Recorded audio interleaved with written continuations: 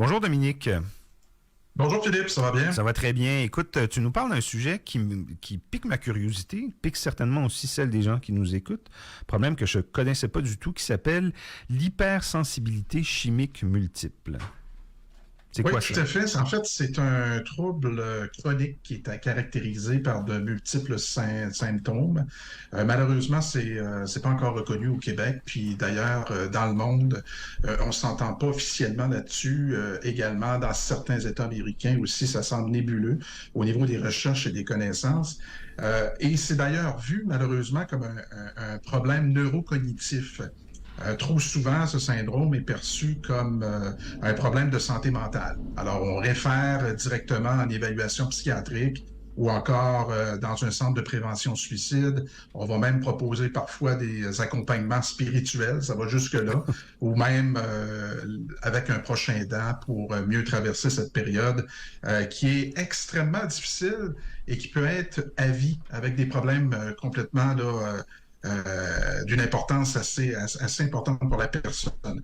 Alors, ça peut être provoqué par des odeurs exposées dans l'environnement. Je t'entendais tantôt parler là, de pesticides et tout ça.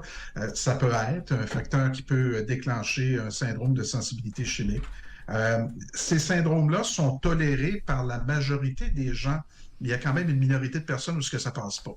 Alors, comme je disais, les avis scientifiques sont partagés depuis à peu près 2000 avec des avancées réalisées en neurosciences. L'hypersensibilité chimique multiple, c'est une maladie chronique qui touche à peu près 1 million de personnes au Canada. La grosse question que les scientifiques se posent, c'est que c'est vraiment c'est beaucoup plus les femmes qui sont touchées Ah par ce bon? syndrome-là. C'est 72 du quota du 1 million au Canada qui sont des femmes. Et le nombre de cas continue d'augmenter. Et je te dirais même que la région de Québec n'est pas exclue de ça. Nous, il y a 2 membres chez nous qui sont atteints. C'est 2 femmes, dont une, entre autres, qui, elle, son dossier est assez documenté sur le web. Son corps, en fait, a été empoisonné par du gadolinium. C'est un élément chimique toxique qu'on lui a ingéré dans son corps afin d'obtenir de meilleures images par résonance magnétique. Alors, avec le IRM, on dit, ben écoute, on va, évidemment, on essaie d'obtenir le consentement de la personne. Et là-dessus, les gens ne connaissent pas. Alors, les gens disent oui, si ça peut m'aider à avoir de meilleures images en IRM, pourquoi pas. Sauf qu'il y a déjà eu un avertissement là, de Santé Canada, une mise en garde en 2017 disant que, évidemment, c'est à faire attention, c'est un produit qui est toxique il peut y avoir des réactions qui sont différentes pour différentes personnes. Un IRM, c'est Alors, un test d'imagerie par résonance magnétique, hein, c'est ça? Et effectivement, voilà. quand on va passer ça, des fois, on nous demande d'ingérer le produit donc, que tu as nommé cadmium, hein, c'est ça? Comment ça s'appelle? Gadolinium. Gadolinium, on nous demande d'ingérer ça parce que Gadolinium. apparemment, ça permet de faire sortir des résultats plus clairs quand on passe le test. Voilà. Puis, il y a une attention, donc, évidemment, qui a été lancée par Santé Canada, mais rien de plus.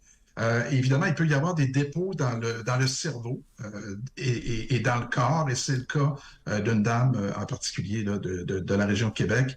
Ça peut entraîner différentes réactions inflammatoires, des complications qui peuvent même entraîner la mort. Cette dame-là là, a même demandé l'aide médicale à mourir. Là. Ça va jusque-là. Là. Et il y a un autre cas aussi d'une autre dame qui est membre chez nous, qui a aussi cette maladie chronique-là. Mais dans le cas, Les dis-moi, réactions... Dominique, dans le cas de la Oui. première dame, est-ce que le lien entre le produit qu'elle a ingéré et le trouble dont elle souffre a été établi par un médecin? Ou c'est sa propre déduction à elle, le sais-tu? Ben, au Québec, ça a été extrêmement difficile de se faire reconnaître à ce niveau-là. Son médecin est aux États-Unis. Elle habite Québec. Et c'est lui qui a mis le doigt sur le problème. Et puis là, la balle se lance entre différents experts pour savoir si c'est réellement le cas. Mais les examens le prouvent. La dame a vraiment reçu un élément chimique toxique dans son corps qui fait en sorte que, évidemment, sa santé est complètement là, endommagée. Et ça va autant vers l'insuffisance rénale. Ça a commencé avec de l'éruption cutanée, ensuite des limitations fonctionnelles, dysfonction physique ou même psychique, de la paralysie aussi à certains niveaux. Alors, c'est assez, assez important comme problématique. Nous, on croit vraiment que les autorités devraient légiférer à ce niveau-là, encadrer, reconnaître cette problématique-là, parce que, évidemment, c'est pas banal là, comme situation. Ça touche à peu près, ça peut toucher n'importe qui. Est-ce que c'est Euh, reconnu à ta connaissance dans d'autres provinces canadiennes? On le reconnaît, mais pas officiellement. Je te dirais qu'en Ontario, c'est mieux reconnu qu'au Québec. La reconnaissance de sensibilité chimique multiple varie aussi d'un pays à l'autre et même d'une région à l'autre. Donc, comme je te dis, ici en Ontario, on connaît un peu plus cette maladie chronique. Aux États-Unis, par exemple, le syndrome chimique multiple, lui, n'est pas largement reconnu par les autorités de santé publique, mais c'est quand même reconnu par certains professionnels de santé et des organisations. Alors, en Europe aussi, la situation varie également d'un pays à l'autre. Certains pays reconnaissent la sensibilité chimique multiple comme un problème de santé, tandis que d'autres restent complètement sceptiques quant à sa validité en tant que diagnostic médical. Il y a une présentation auquel j'ai assisté, dont évidemment des grands avocats en droit international, il est reconnu, là, le maître Julius Gray, qui était l'avocat de Mike Ward. Et lui a vraiment expliqué tout le droit constitutionnel à cette problématique, le droit administratif et ainsi de suite, pour faire le parallèle avec, bon, on sait que le handicap peut être associé à la maladie, la douleur, la limitation, mais lorsqu'il est question d'un élément chimique, et le corps humain, ben, on devrait mieux réagir, on devrait mieux encadrer. Alors, selon lui, là, on ne peut pas nécessairement euh, abolir complètement la présence de sensibilité chimique. Ça existe partout. Comme je disais tantôt en préambule, il y a des gens qui le tolèrent, vous, moi et d'autres tolèrent très bien ça, mais il y a une minorité qui ne le tolère pas.